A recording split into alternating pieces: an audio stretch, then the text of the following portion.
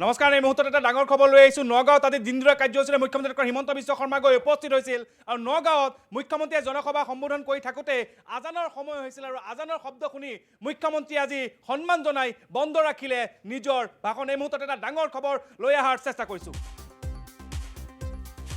আজানক সন্মান জনাই মুখ্যমন্ত্ৰী ডক্টৰ হিমন্ত বিশ্ব শৰ্মাই নগাঁৱত বন্ধ ৰাখিলে ভাষণৰ সময়ত আজানৰ ধ্বনি শুনি মুখ্যমন্ত্ৰীয়ে বন্ধ ৰাখিলে নিজৰ ভাষণ নগাঁৱত বিজেপিৰ সভাত এই দৃশ্য আজানক সন্মান জনাই মুখ্যমন্ত্ৰী ডক্টৰ হিমন্ত বিশ্ব শৰ্মাই বন্ধ ৰাখিলে ভাষণ আজি দিনদুৰা কাৰ্যসূচীৰে মুখ্যমন্ত্ৰী ডক্টৰ হিমন্ত বিশ্ব শৰ্মা গৈ উপস্থিত হৈছিলে নগাঁৱত চামগুৰি আমবাগানত জনসভা সম্বোধন কৰি মুখ্যমন্ত্ৰীগৰাকীয়ে আজি নগাঁৱত বিজেপি কৰ্মীৰ সৈতে মত বিনিময়ত অনুষ্ঠানতে উপস্থিত হৈছিলে আৰু আজানৰ সময়ত যেহেতু আজানৰ সময় হৈছিলে আৰু আজানৰ শব্দ শুনি মুখ্যমন্ত্ৰীগৰাকীয়ে সন্মান জনাই বন্ধ ৰাখিলে নিজৰ ভাষণ এই মুহূৰ্তত আমি এটা ডাঙৰ খবৰ লৈ অহাৰ চেষ্টা কৰিছিলোঁ নগাঁৱত আজি এই ঘটনা দেখা পোৱা গৈছে কিছু সময় পূৰ্বে মাত্ৰ 10 মিনিট পূৰ্বে মুখ্যমন্ত্ৰীগৰাকীয়ে নগাঁৱত আজানৰ শব্দ শুনি ভাষণ বন্ধ ৰাখিছে এই মুহূৰ্তত আমি এই ডাঙৰ খবৰ এই মুহূৰ্তত লৈ অহাৰ চেষ্টা কৰিছোঁ নগাঁৱত বিজেপি সভাত এই দৃশ্য মুখ্যমন্ত্ৰীগৰাকী আজি সভাত অনুষ্ঠিত হৈছিলে মঞ্চত দেখা গৈছিল বিজেপিৰ ভালেকেইগৰাকী নেতা উপস্থিত আছিলে বিধায়কসকল উপস্থিত আছিলে আৰু ভাষণ দি থকাৰ সময়তে মুখ্যমন্ত্ৰীক আহি অৱগত কৰিছিলে ব্ৰহ্মপুৰৰ বিধায়ক জিতু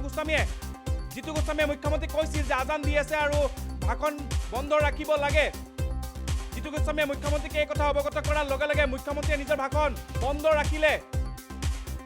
আজানৰ প্ৰতি সন্মান জনালে অসমৰ মুখ্যমন্ত্ৰী ডক্টৰ হিমন্ত বিশ্ব শৰ্মাই এই মুহূৰ্তত আমি মুখ্যমন্ত্ৰীৰ সেই দৃশ্য লৈ আহিছোঁ আমাৰ ভাৰতীয় জনতা পাৰ্টি অসম গণ পৰিষদৰ ফালৰ পৰা আপোনালোক সকলোকে বহুত বহুত ধন্যবাদ আৰু কৃতজ্ঞতা জ্ঞাপন কৰিছোঁ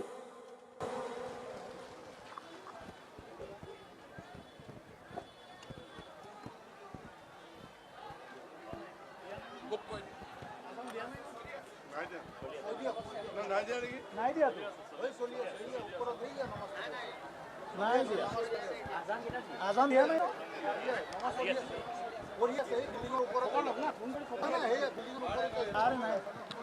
আজান হোৱা নাই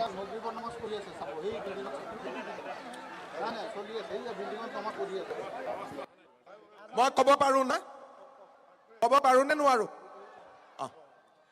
এতিয়া নিৰ্বাচন পাৰ হৈ গ'ল আৰু মোক বহুতে সুধিছিলে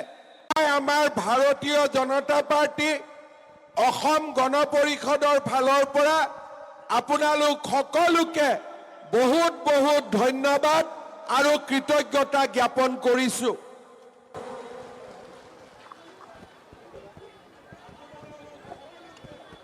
আমি এই মুহূৰ্তত দেখুৱাই গৈছোঁ নগাঁৱত এই দৃশ্য আজি দিনটো দেখা পোৱা গৈছে মুখ্যমন্ত্ৰী ডক্টৰ হিমন্ত বিশ্ব শৰ্মাই নগাঁৱত গৈ উপস্থিত হৈছিল আৰু নগাঁৱত জনসভা কৰি থাকোঁতে মুখ্যমন্ত্ৰীৰ সন্মুখত দেখা গৈছিল যে ব্ৰহ্মপুৰৰ বিধায়কগৰাকীয়ে কৈছিলে যে আজান দি আছে আজানৰ সময় হৈছে লগে লগে দেখা গৈছে যে চকীৰ পৰা উঠি গৈছে মন্ত্ৰী পীযুষ হাজৰিকা আৰু আজানক সন্মান জনাইছে এই দৃশ্য আজিৰ দৃশ্য নগাঁৱৰ দৃশ্য কিছু সময়ৰ পূৰ্বৰ দৃশ্য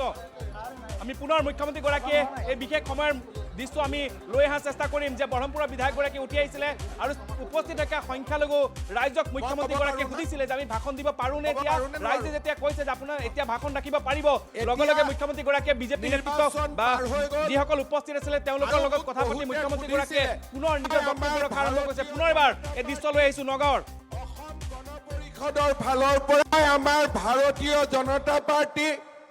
অসম গণ পৰিষদৰ ফালৰ পৰা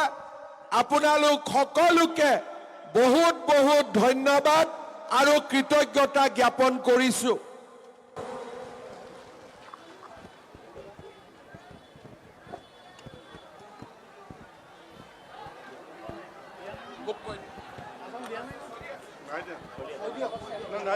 নাই দিয়া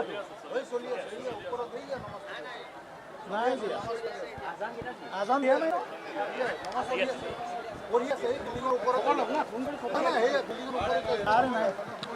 আজান হোৱা নাই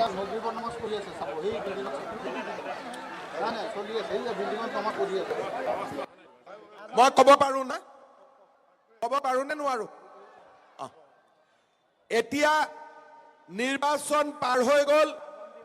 আৰু মোক বহুতে সুধিছিলে আমাৰ ভাৰতীয় জনতা পাৰ্টি অসম গণ পৰিষদৰ ফালৰ পৰা আপোনালোক সকলোকে বহুত বহুত ধন্যবাদ আৰু কৃতজ্ঞতা জ্ঞাপন কৰিছোঁ।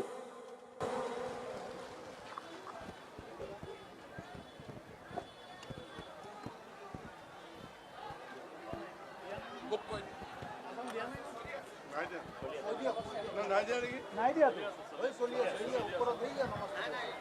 নাই দিয়া আজান দিয়া নাই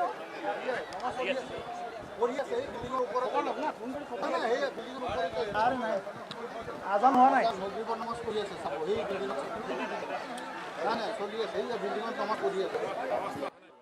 মই ক'ব পাৰোঁ না? ক'ব পাৰোঁ নে নোৱাৰোঁ? এতিয়া নিৰ্বাচন পাৰ হৈ গ'ল আৰু মোক বহুতে সুধিছিলে আমাৰ ভাৰতীয় জনতা পাৰ্টি অসম গণ পৰিষদৰ ফালৰ পৰা আপোনালোক সকলোকে বহুত বহুত ধন্যবাদ আৰু কৃতজ্ঞতা জ্ঞাপন কৰিছোঁ।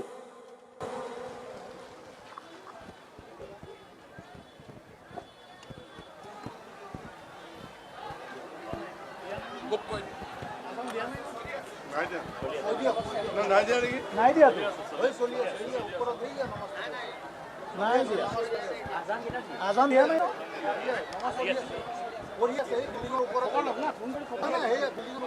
আৰে নাই আজান হোৱা নাই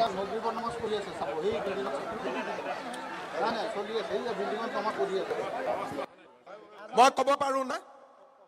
ক'ব পাৰোঁ নে নোৱাৰোঁ? এতিয়া নিৰ্বাচন পাৰ হৈ গ'ল আৰু মোক বহুতে সুধিছিলে আমাৰ ভাৰতীয় জনতা পাৰ্টি অসম গণ পৰিষদৰ ফালৰ পৰা আপোনালোক সকলোকে বহুত বহুত ধন্যবাদ আৰু কৃতজ্ঞতা জ্ঞাপন কৰিছোঁ।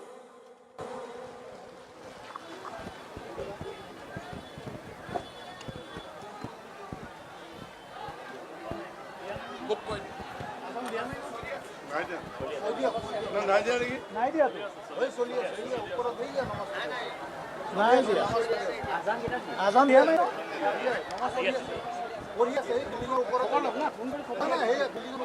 আৰে নাই আজান হোৱা নাই